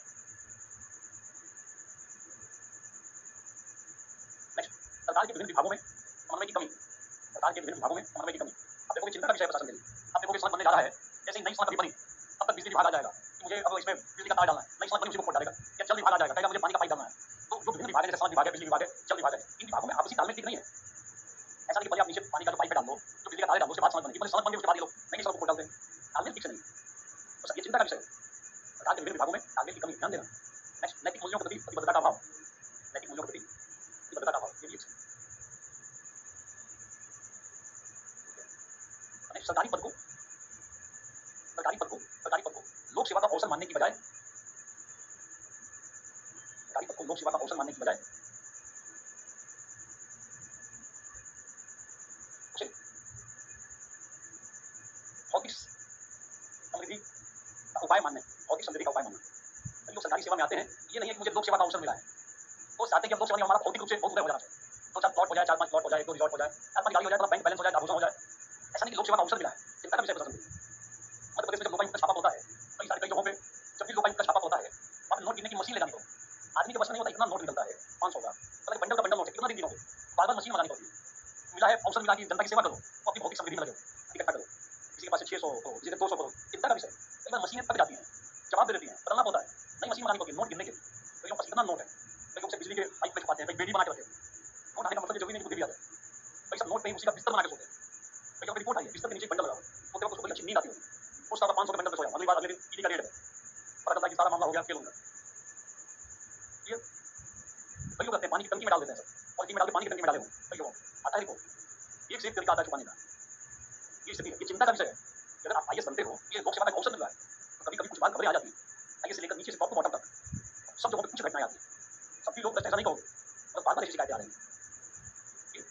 चिंता का विषय, राजनीतिक हस्तक्षेप बढ़ रहा है, जब ये चिंता का विषय है। मधु कुमारी बोल रही है सर हमें ये मौका कब मिलेगा? मधु कुमारी एकदम फंडा क्लियर है, आपको भी मौका मिल जाएगा, आप अपने नोट के बंडल का बिस्तर बना देना और उसी पे नींद लेना, खूब अच्छी नींद आएगी, सुखद नींद आएगी। मधु कुमारी पूछ रही है कि सर हमें ये मौका कब मिलेगा? इतना इनका फंडा क्लियर है भविष्य के बारे में। बनते ही नोट छापने, नोट गिनने की मशीन ले लेंगे, जो देखा कई बार गड़बड़ी हो जाती है नोट में। आज से कितना गिनोगे? तो देखो इनका फंडा मधु कुमारी का पुत्र के विषय है, इनका फंडा एकदम क्लियर। मिलते ही मौका मिला दबा देंगे।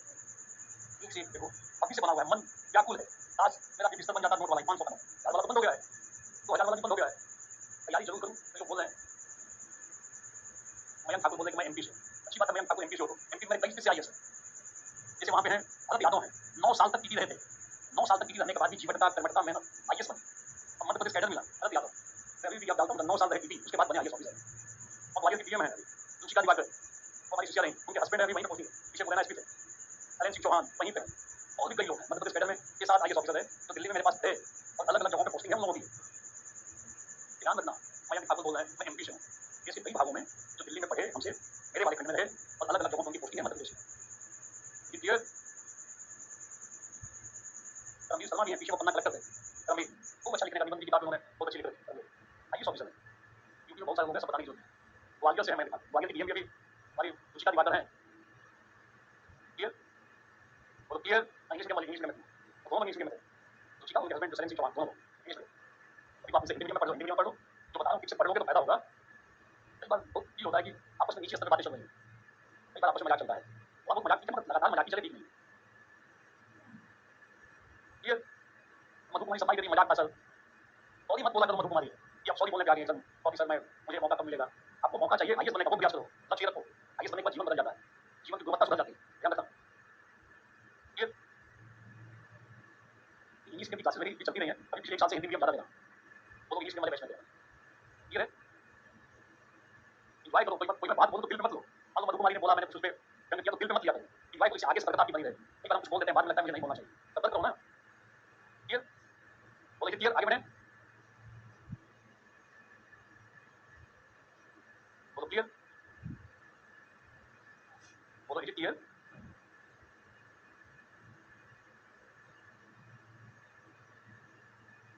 नेक्स्ट नोट करेंगे प्रशासन के समक्ष उत्पन्न होने वाली चुनौतियां, प्रशासन के समक्ष उत्पन्न होने वाली चुनौतियां, हमारे सिलेबस में चिंता भी और चुनौती भी। देखो प्रशासन के समक्ष केस स्टडी अलग से देखेंगे, मैं लास्ट में हम लोग केस स्टडी पे ही आएंगे। नोट करेंगे प्रशासन के समक्ष उत्पन्न होने वाली चुनौती, पहला पॉइंट नीतियों योजनाओं का लाभ, नीतियों और योजनाओं का लाभ लक्षित वर्ग तक पहुंचे, नीतियों और योजनाओं का लाभ, नीतियों और योजनाओं का लाभ लक्षित वर्ग तक पहुंचे, ये चुनौती है प्रशासन के लिए। मान ली कोई योजना बनी है, कोई नीति बनी है किसी एक खास वर्ग के लिए, तो जिस वर्ग के लिए नीति व योजना बनी है उस वर्ग को उसका लाभ पहुंचे, एक प्रकार की चुनौती है, चैलेंज है उनके लिए, या करके दिखाओ। ये दूसरा पॉइंट सबका साथ, सबका विकास, सबका सम्मान वो धरातल पर उतारना, केवल बोलने के लिए नहीं, अगर हम जमीन को उतार देंगे तो बड़ी बात होगी। सबका साथ, सबका विकास, सबका सम्मान वो धरातल पर उतारना। सामाजिक सुरक्षा कार्यक्रमों को, सामाजिक सुरक्षा कार्यक्रम जैसे सामाजिक सुरक्षा कार्यक्रम जैसे प्राथमिक शिक्षा, स्वास्थ्य, परिवहन, आवास, भोजन, पेयजल,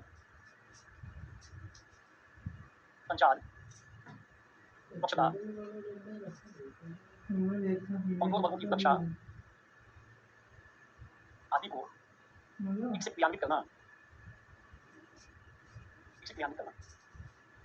नेक्स्ट ये एक तरीके से चुनौती है। नेक्स्ट आतंकवाद पर नियंत्रण, ये चुनौती है, आइकन देख लिखते जाओ। मानव अधिकारों की रक्षा, बढ़ती सांप्रदायिकता पर नियंत्रण, नकली मुद्रा के प्रचलन पर रोक, शासन की चुनौती है। नकली मुद्रा का बहुत सर्कुलेशन हो रहा है, कैसे उसको रोके, चैलेंज है उनके लिए। मादक पदार्थों का बढ़ता व्यापार, रोकना एक चुनौती है उनकी। अवैध खनन को रोकना, अवैध खनन एक चुनौती बनी हुई है प्रशासन के लिए। कई बार जो खनन करने वाले खनन माफिया हैं इन्हीं के साथ जुड़ जाते हैं, कई बार प्रशासनिक अधिकारियों पर हमला कर देते हैं, कई बार तो मार भी देते हैं। चैलेंज है इनके लिए, कैसे निपटोगे अवैध खनन से, और मादक पदार्थ से, नकली मुद्रा, सांप्रदायिकता बढ़ रही है, प्रशासन की चुनौती है। आप एक बार अगर मान लो पुलिस अधिकारी आईपीएस बन जाते हो, आपके सामने खूब चुनौती आएगी, कहीं पे कुछ सांप्रदायिक विवाद हो गया है, आपको मौके पे जाके निपटाना पड़ेगा, समझा बुझा के। कई बार आपकी एरिया में नकली मुद्रा प्रचलित हो रही है, मादक पदार्थों का कारोबार हो रहा है, ट्रैक करना, पकड़ना, अपराधों पे नियंत्रण करना, नया नया टाइप का अपराध हो रहा है, हाईटेक क्राइम हो गया है, उनको टैकल करना चुनौती है प्रशासन की। एआई के बढ़ते दुरुपयोग को रोकना, एआई के बढ़ते दुरुपयोग को रोकना, प्रशासन में बढ़ते राजनीतिक हस्तक्षेप से निपटना, प्रशासन में बढ़ते राजनीतिक हस्तक्षेप से निपटना सब चुनौती है, ये सब चुनौती बनी हुई है, ध्यान देना दोस्त। अब कैसे निपटोगे, इतना हस्तक्षेप हो रहा है, चैलेंज है एक तरीके से, कैसे निपटा जाए। बंद कर दो। क्लियर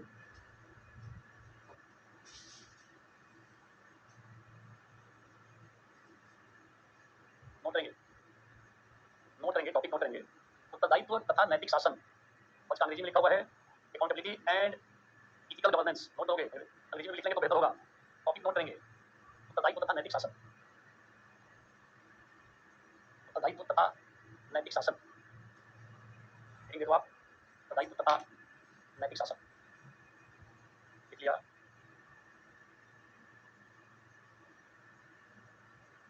उत्तरदायित्व के बगल में लिख लोगे अकाउंटेबिलिटी। जनरली इसका अनुवाद रिस्पॉन्सिबिलिटी किया जाता है, रिस्पॉन्सिबिलिटी। मगर ध्यान देना, यहाँ पे इसका अंग्रेजी अनुवाद लिखा हुआ है अकाउंटेबिलिटी। यहाँ देखो, तो आप बगल में लिख लोगे अकाउंटेबिलिटी। ज्यादा ये अनुवाद बिल्कुल 100% सही नहीं है, लिख लिया। उत्तरदायित्व अंग्रेजी में लिखा हुआ है अकाउंटेबिलिटी। अकाउंटेबिलिटी के नीचे एरो देकर लिख लोगे जवाबदेहिता। इस शब्द का प्रयोग करेंगे हम, उत्तरदायित्व शब्द का प्रयोग यहाँ पर अकाउंटेबिलिटी के लिए नहीं करने जा रहे हैं। जब ये शब्द दिया हुआ है, देखो सवालों को,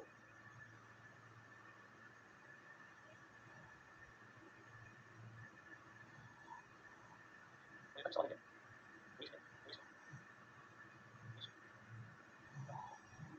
अभी देखो 2025 में शब्द आया है जवाबदेही। अभी हम लोग यही देखने जा रहे हैं, जवाबदेही। तो ध्यान से समझने का प्रयास करोगे, आ जाएगा जवाबदेही। आप अंग्रेजी में लिख लो अकाउंटेबिलिटी, हिंदी अनुवाद करो जवाबदेही। रिस्पॉन्सिबिलिटी का अनुवाद कई बार हम उत्तरदायित्व या दायित्व कर सकते हैं। अभी मैं दिखा दूंगा, पहले नोट करोगे।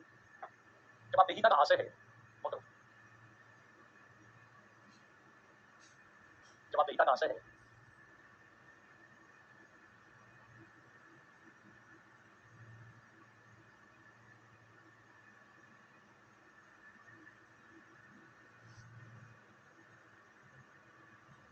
उसका हिंदी अनुवाद वहां दिया हुआ है उत्तरदायित्व, और जब 2025 में शब्द आ रहा है इसका हिंदी अनुवाद दिया हुआ है जवाबदेही। आप वहां उत्तरदायित्व दिया हुआ है, और कई बार ये भी सवाल पूछा है कि रिस्पॉन्सिबिलिटी और अकाउंटेबिलिटी में अंतर क्या है, और रिस्पॉन्सिबिलिटी का अनुवाद वहां उत्तरदायित्व दिया हुआ है। तो थोड़ा ये कंफ्यूजन दूर रहे, अगर अंग्रेजी पढ़ोगे तो दूर रहेगा। केवल हिंदी पढ़ के जाओगे तो दिक्कत हो जाएगी। अकाउंटेबिलिटी का ठीक अनुवाद जवाबदेही है, यही अनुवाद करोगे, आपको यही करना है। जबकि सिलेबस जो यूपीएससी ने जारी किया है वहां पर इसका अनुवाद उन लोगों ने ये कर रखा है। बेहतर ये है जो इससे पूछा है, आपको भी वही अनुवाद लेकर चलना है। मैं सवाल इसलिए लिखा है, नोट करोगे जवाबदेही। जवाबदेहिता का आशय है,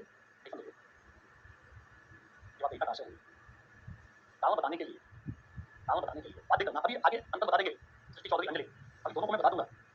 अकाउंटेबिलिटी और रिस्पॉन्सिबिलिटी क्या अंतर अभी लिख लेंगे हम लोग। पहले एक बार अकाउंटेबिलिटी शब्द को समझ लो, बिल्कुल देखेंगे, अभी देखेंगे। ओके, जवाबदेहिता का आशय है कारण बताने के लिए बाध्य करना। बिल्कुल ठीक लिख रहे हो मधु कुमारी। हिंदी मीडियम के रिजल्ट में कठिनाई का एक कारण ये भी है कि आप मान लो पढ़ के गए हो उत्तरदायित्व और अंग्रेजी में है अकाउंटेबिलिटी, आप अनुवाद करके ये जा रहे हो रिस्पॉन्सिबिलिटी लिख रहे हो। हमने इसलिए सिलेबस भी दिया है, हमने जब सिलेबस भी दिया है हिंदी की दोनों में दी। ये जो सवाल भी केजीएस की तरफ से जारी किया गया, ये देखो ये केजीएस के प्लेटफॉर्म पे है। तो जब सवाल भी दिया जा रहा है तो हिंदी की दोनों में दिया जा रहा है, आप अंग्रेजी में भी पढ़ो। तो ये केवल हिंदी में सवाल दे रखा है। हमारा जो क्वेश्चन बैंक उसमें भी अंग्रेजी में सवाल है। विश्व हिंदी का लेकर झंडा लेकर चलोगे तो दिक्कत पैदा करोगे।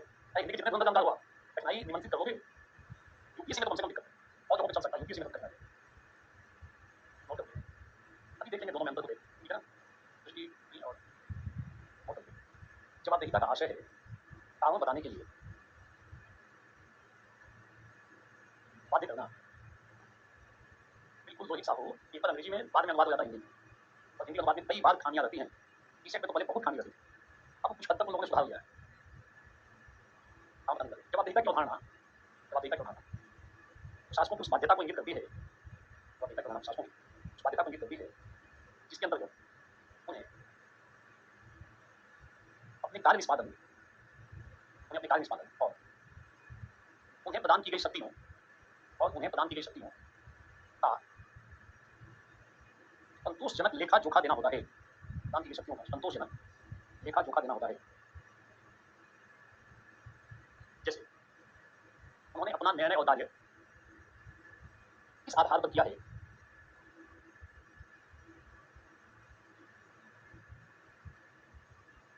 इसका समुचित स्पष्टीकरण देना, इसका समुचित स्पष्टीकरण देना। पहले चेंज कर लिखोगे, जवाबदेहिता एवं उत्तरदायित्व में अंतर, जवाबदेहिता और दायित्व में अंतर, ऐसा लिखोगे। दो भागों में लिखोगे, एक साइड में लिख लो अकाउंटेबिलिटी, दूसरी साइड लिख लोगे रिस्पॉन्सिबिलिटी। इसका अनुवाद कर लो जवाबदेहिता, इसका अनुवाद कर लो दायित्व करो। कहीं हम इसको उत्तरदायित्व भी बोल देते हैं, दायित्व। दो भागों में बांट, एग्जाम्पल से थोड़ा समझ लो, फिर नोटिंग कर लेंगे। देखना, देखो यह एक कानूनी संकल्पना है, इसमें नैतिक दायित्व का बोध होता है। जैसे हम कह सकते हैं कि पिता का यह दायित्व है तो बच्चे को पढ़ाए लिखाए और सभ्य समाज का सभ्य नागरिक हो। ये पिता का दायित्व है, रिस्पॉन्सिबिलिटी है, अकाउंटेबिलिटी नहीं। अकाउंटेबिलिटी में अगर नहीं करेगा तो दंड की व्यवस्था हो जाए। यह कानूनी संकल्पना है, ध्यान देना। तो ये नहीं है कि पिता अकाउंटेबल है बच्चों को पढ़ाने लिखाने के लिए, नहीं पढ़ाया लिखाएगा तो दंड देगा। भाई माता पिता अपने बच्चों को पढ़ाते लिखाते नहीं है, हम कह सकते हैं कि वो अपनी रिस्पॉन्सिबिलिटी ठीक से नहीं निभा रहे हैं, तो नोट करोगे जवाबदेहिता में। यह एक कानूनी संकल्पना है, यह एक कानूनी संकल्पना है जिसमें बाध्यता का तत्व होता है। यह एक कानूनी संकल्पना है जिसमें बाध्यता का तत्व होता है। इधर साइड में लिखोगे रिस्पॉन्सिबिलिटी के नीचे, नोट करोगे यह मानव के नैतिक कर्तव्य बोध से संबंधित है, नैतिक कर्तव्य बोध से संबंधित यह कानूनी संकल्पना, उसमें तो नैतिकता वाली बात आ जाती है। यह एक बाहरी एवं वस्तुनिष्ठ स्थिति है, यह एक बाहरी और वस्तुनिष्ठ स्थिति, इसी में यह बाहरी और वस्तुनिष्ठ, यह बाहर से काम करता है, यह बाहर से काम करता है, जैसे नियम कानून आदि। इसका संबंध इसका संबंध अंतःकरण से है, अंतःकरण से है, मनोगत ऐसा भी बोल सकते हैं, मनोगत है। नेक्स्ट इधर लिखो उदाहरण, पॉइंट लिखो आचरण संहिता का पालन। आचरण संहिता का पालन करने के लिए बाध्य है, कोड ऑफ कंडक्ट का पालन करने के बाध्य है आचरण संहिता, इसके पालन में अकाउंटेबिलिटी है, इसी में लिखोगे आचरण संहिता का पालन। इसके उल्लंघन की स्थिति में, इसके उल्लंघन की स्थिति में दंडात्मक या अनुशासनात्मक कार्रवाई संभव है, इसके उल्लंघन की स्थिति में दंडात्मक या अनुशासनात्मक कार्रवाई संभव है। राइट साइड लिखोगे इसका आधार, इसका आधार कानून न होकर नैतिक चेतना है।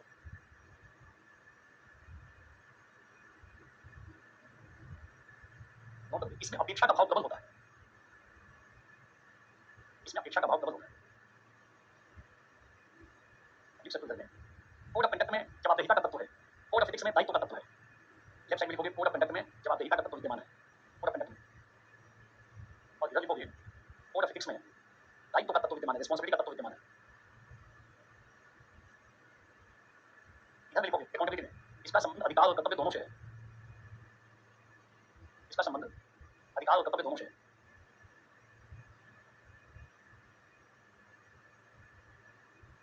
राइट साइड लिखोगे इसका संबंध प्रधानता कर्तव्य से है, इसका संबंध प्रधानता कर्तव्य से। तो बात हमने भाई अंदर को देख लिया, एक नोट्स में लिखा हुआ है कई सारे पॉइंट्स, वहां से देख लोगे, पहला चेंज करके लिखोगे व्यापक रूप से जवाबदेहिता की अवधारणा में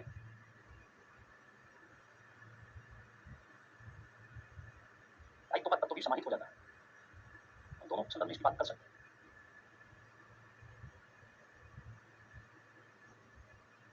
पहला चेंज करके लिखोगे अधिकारों के संबंध में, अधिकारों के संबंध में जवाबदेहिता का आशय है कि अधिकारों के संबंध में जवाबदेहिता का आशय है जब अधिकारी अपने कर्तव्यों का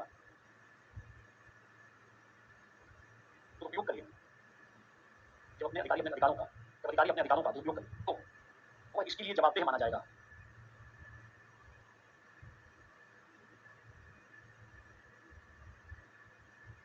कर्तव्यों के संबंध में, कर्तव्यों के संबंध में इसका आशय है कि जब वह अपने कर्तव्यों की, जब वह अपने कर्तव्यों की अवहेलना करे तो इसके लिए उसे जिम्मेदार माना जाएगा।